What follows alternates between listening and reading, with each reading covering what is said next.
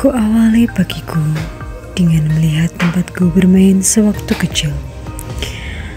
Tempat ini begitu berbeda dengan yang dulu. Meski telah diperbaiki, namun rasanya tidak jauh berbeda. Kebiasaan orang untuk membuang sampah sembarangan merubah kecantikan tempat ini.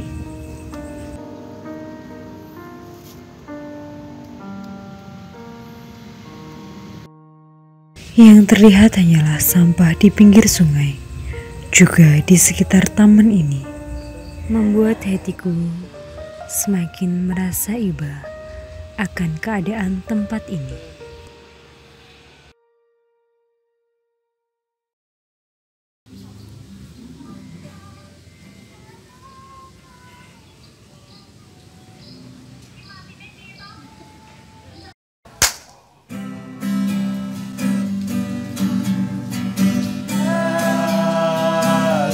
Ini ku rasa bahagia berkumpul bersama saudara seiman. Tuhan Yesus telah satukan kita tanpa memandang di antara kita.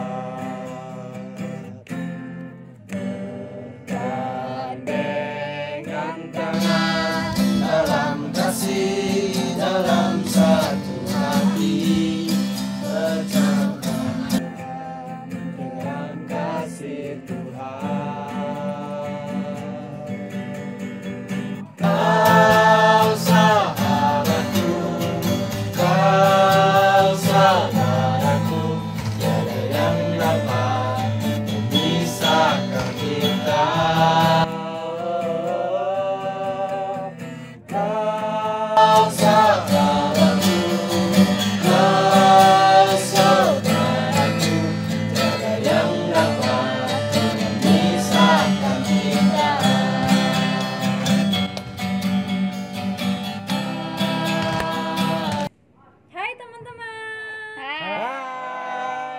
Gabung nggak? Sini silakan. Monggo.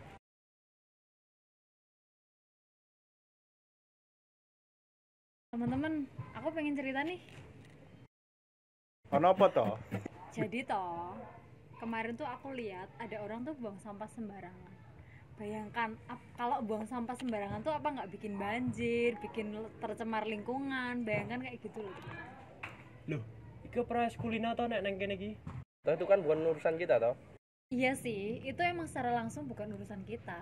Tapi kan kalau lama-kelamaan bisa menyebabkan banjir itu loh, yang bikin rusak lingkungan itu loh, yang pada akhirnya kita juga akan berdampak juga toh. Juga tuh sungai belakang rumah gue itu kalau hujan itu sering banjir gitu loh. Jadinya sampah-sampah itu pada mengapung gitu kan, berarti kan itu kan menghambat aliran sungai gitu loh. Ket mau dolanan HP wae to. Kene lagi bahas sampah lho. Ini loh, aku baru lihat di IG ada bank sampah. Kalian pernah denger nggak bank sampah itu apa? Bank sampah kuwi apa toh? Setauku bank itu bancaan, bank bangunan itu nabung uang. Kalau bank sampah itu nabung apaan? Bank sampah adalah suatu tempat yang digunakan untuk mengumpulkan sampah yang sudah dipilah-pilah. Hasil dari pengumpulan sampah yang sudah dipilah akan disetorkan ke tempat pembuatan kerajinan dari sampah atau ke tempat pengempul sampah. Nggak itu, ada nggak kontak yang bisa dihubungi? CP, ada. Coba aku kontak ya.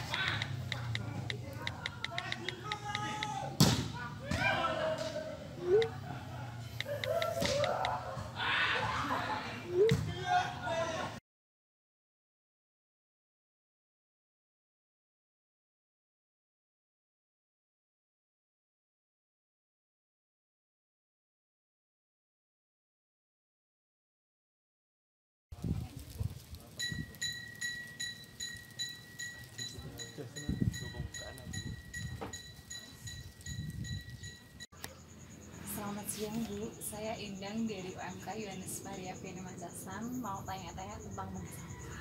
Bank sampah itu apa ya? Bank sampah. Bank sampah adalah satu gerakan di mana kita store sampah di satu tempat, kemudian kita mendapatkan hasil dari sampah yang kita store itu. Jadi kalau kita pernah store uang di bank konvensional, kita store-nya uang, tapi kok di bank sampah kita store sampah, jadinya uang atau diubah dalam bentuk yang lain, misalkan sembako, atau kalau di tempat kami sudah menjadi emas. Jadi kami sudah pilah sampah, store sampah ke bank sampah dan jadinya emas. Gitu. Lalu sampah apa aja yang bisa ditabung? Kalau di bank sampah sebenarnya yang sudah bergerak, yang seperti kami dampingi, bank sampah itu punya tugas 4, yaitu melakukan pengomposan. Otomatis masyarakat atau warga harus memilah sampah organiknya, sisa makan atau daun-daunan, kulit buah yang kemudian dijadikan kompos. Itu tidak di store ke bank sampah, tetapi dilakukan di masing-masing rumah. Yang kedua yang di store ke bank sampah adalah sampah-sampah anorganik atau sampah dari pabrik yang harus kembali ke pabrik lewatnya bank sampah. Contohnya sampah plastik, botol plastik, kemudian gelas plastik, aluminium, seng, kardus, duplek, dan banyak hal yang bisa disetorkan ke bank sampah. Tugasnya 2, setelah yang ketiga, karena kita sudah melakukan pengomposan, otomatis kita melakukan pembibitan. Itu juga bisa dilakukan di area bank sampah, Yang keempat, di area bank sampah ini kita juga bisa melakukan pembuatan kerajinan tangan daur ulang. Jadi sampah di store warga, kita pilah, kalau ada yang masih bisa digunakan untuk membuat kerajinan tangan, kita ubah menjadi kerajinan tangan. Sisanya yang kita tidak bisa bentuk menjadi kerajinan tangan, kita langsung store ke bank sampah. Di bank sampah tadi kita langsung bekerjasama dengan mitra pengepul yang nanti sampahnya akan lari ke pabrik daur ulang. Lalu masyarakat tuh kebanyakan langsung buang sampahnya gitu loh Bu. Jadi semuanya dicampur jadi satu. Lalu apa tipsnya biar masyarakat itu bisa terbiasa untuk memilah sampah? Untuk memilah sampah memang yang pasti, karena kita jarang sekali mendapatkan informasi yang langsung, yang pertama harus dilakukan adalah edukasi. Biasanya kami melakukan sosialisasi kepada warga bagaimana cara memilah sampah, kemudian hasil dari memilah sampah tadi menjadi apa. Itu kita sosialisasikan di awal supaya setiap masyarakat, setiap warga memiliki bahasa yang sama, memiliki pengetahuan yang sama untuk memilah sampah. Kemudian hasilnya nanti diapakan. Jadi yang pertama adalah sosialisasi, edukasi. Dan itu dilakukan secara informal karena rasanya di sekolah juga masih jarang melakukan kegiatan edukasi di sekolah. Tapi sekarang sudah mulai juga di sekolah diajarkan memilah sampah. Jadi yang pertama adalah sosialisasi, edukasi supaya warga mendapatkan pengetahuan yang sama. Kemudian adalah gerakan yang diinisiasi masyarakat untuk membentuk bank sampah dan kemudian warga store sampah yang terpilah. Jadi di kami itu mau mengadakan bank sampah. Kita punya pemikiran bahwa kita itu ingin membuat bank sampah. Lalu langkah awal apa yang harus kita lakukan untuk mempersiapkan bank sampah tersebut? Hal yang bagus sekali kalau kita mau segera bergerak. Gereja Katolik mau bergerak karena Laudato Si-nya Bapak Paus juga sudah kenceng nih. Dan rasanya umat Katolik harus terlibat di dalamnya untuk pencegahan kerusakan alam yang semakin hari semakin mengkhawatirkan. Kalau bank sampah yang pasti harus ada edukasi. Kumpulkan umat. Kalau bisa sebanyak mungkin. Dan kemudian diedukasi. Dan yang paling penting adalah ada kesamaan pengetahuan atau kesamaan harapan, kesamaan misi dari Romo Paroki, kemudian juga para Romo, Dewan Harian, Dewan Paroki, dan Timja, dan sampai ke umatnya bahwa kita memang harus segera bentuk bank sampah itu atau segera melakukan peningkatan kepedulian terhadap lingkungan hidup. Jadi semuanya harus terlibat, tidak boleh hanya sepenggal hanya Romo saja yang bergerak, tidak akan terjadi, atau hanya umat saja yang bergerak kemudian Romo tidak mendukung, itu juga tidak akan terjadi, tapi semua unsur harus terlibat, bergerak, dan menyetujui dan mendapatkan ilmu yang sama bagaimana kita kelola sampah kita. Kemudian baru nanti kita adakan gerakan berikutnya nih, membentuk pengurus bank sampah, kemudian mendorong masyarakat. Bank sampah bisa dilakukan di gereja, atau bank sampah bisa dilakukan di lingkungan, atau bank sampah bisa dilakukan di wilayah. Dan lebih bagus lagi kalau bank sampah kita yang berada di wilayah atau lingkungan terbuka lintas keyakinan. Jadi siapapun yang mau terlibat lintas keyakinan sangat boleh. Lalu kalau sampah-sampah itu sudah dikumpulkan di gereja, setelah itu apa yang kita lakukan? Jadi konsep bank sampah yang ada di area Solo Raya adalah bank sampah dengan konsep tanpa lahan. Jadi tidak ada bank sampah yang membutuhkan bangunan atau gedung besar untuk menahan sampahnya. Karena konsep yang kami bawa, kemudian kami juga lakukan adalah ketika warga sudah setor sampah, bank sampah buka 2 jam, selesai setelah itu langsung ada pengepul yang datang. Pengepul itu adalah tukang rongsok atau pabrik daur ulang. Jadi setelah nanti 2 jam selesai, sampah ini diangkut oleh pengepul, kemudian bank sampah kembali bersih. Jadi tidak ada sampah yang ditahan di gereja. Termasuk di gereja tidak boleh ada sampah yang ditahan di gereja. Jadi kalau ketika umat setorkan, kemudian dalam waktu 2 jam selesai terkumpul, sampah langsung diangkut pengepul. Jadi kita harus bermitra dengan pengepul atau tukang rongsok atau pabrik. Setelah sampah-sampah itu sudah ditabung, lalu untuk pencairannya seperti apa, Bu? Tahap pencairan.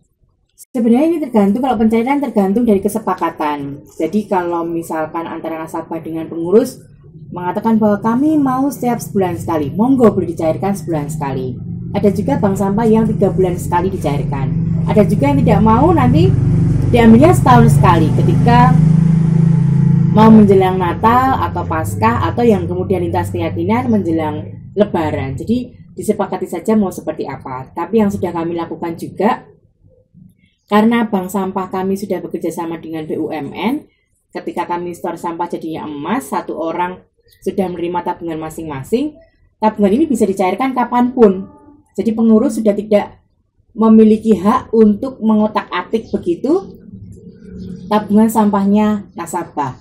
Jadi sekarang sudah mulai banyak bergerak, tidak hanya dibatasi dengan jangka waktu, tetapi nasabah bisa mengambil uang tabungannya kapanpun. Dan kemudian ada inovasi juga, setor sampah kita berinvestasi menjadi emas.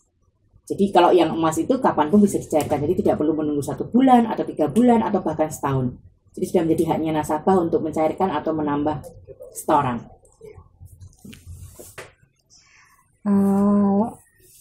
Yang terakhir nih, Bu, apa pesan-kesan untuk masyarakat agar peduli sama sampah? Problem kita semakin hari semakin besar selama kita hidup masih menghasilkan sampah, dan rasanya setiap sampah yang kita hasilkan harus menjadi tanggung jawab kita juga. Jangan sampai sampah yang kita hasilkan kemudian menjadi tanggung jawab Pak RT, menjadi tanggung jawab lurah, camat, tetapi kita juga harus peduli karena sampah yang kita hasilkan harus juga menjadi tanggung jawab kita. Jadinya rasanya kita harus bergandengan tangan nih. Yang muda OMK, yuk menjadi penggerak, menjadi motor perubahan di masyarakat untuk menggerakkan umat, untuk menggerakkan warga masyarakat lintas keyakinan untuk peduli sampah, peduli lingkungan hidup dengan minimal membentuk bank sampah. Jadi harapannya setiap gereja memiliki bank sampah. Syukur-syukur, wah jauh lebih bagus lagi kalau satu bank sampah misalkan memiliki 5 wilayah, setiap wilayah wajib memiliki 1 bank sampah. Jadi gereja menyumbangkan 5 bank sampah di masyarakat. Kalau wilayahnya lebih banyak, jauh lebih bagus. Kalau juga digerakkan, jadi keterlibatan kita sebagai umat Katolik semakin terasa di masyarakat. Karena kita diminta untuk menjadi yang inklusif, tidak yang eksklusif, menjadi yang terlibat di masyarakat, tidak harus melakukan hal berat, tapi dengan melakukan kepedulian kecil-kecil terhadap sampah, kita bisa menjadi inklusif dan menjadikan harmonisasi lintas keyakinan ini menjadi lebih bermakna.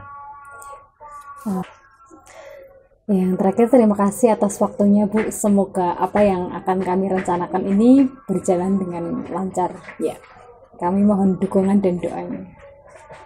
Pasti terus bergerak OMK menyemangati dan menjadi motor pergerakan menuju perubahan yang lebih baik untuk Indonesia. Kemudian, kami saling membagi tugas. Ada yang survei pengepul, sosialisasi, maupun membeli alat-alat yang kami butuhkan. Meskipun tidak mudah, namun kami tidak menyerah.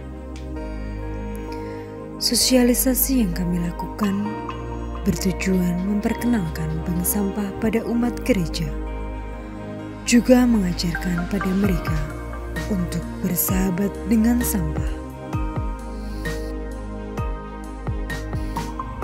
Bank sampah yang kami adakan di gereja. Bank sampah kami adakan di gereja agar umat merasa tidak kejauhan. Meski belum mampu menjaring banyak orang, kami tidak pernah menyerah. Kami berharap kegiatan ini mampu menjadi sarana untuk peduli terhadap sampah.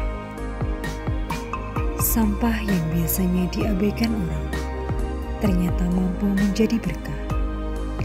Bukan hanya bagi mereka sendiri, tetapi juga bagi lingkungan sekitar. Akhirnya, bank sampah hanyalah sarana. Tetapi yang terpenting adalah bagaimana masyarakat mampu peduli terhadap lingkungan. Bagaimana mereka mampu menjaga lingkungan ini agar layak untuk dihuni. Jika semakin banyak orang peduli, maka lingkungan akan menjadi lebih indah.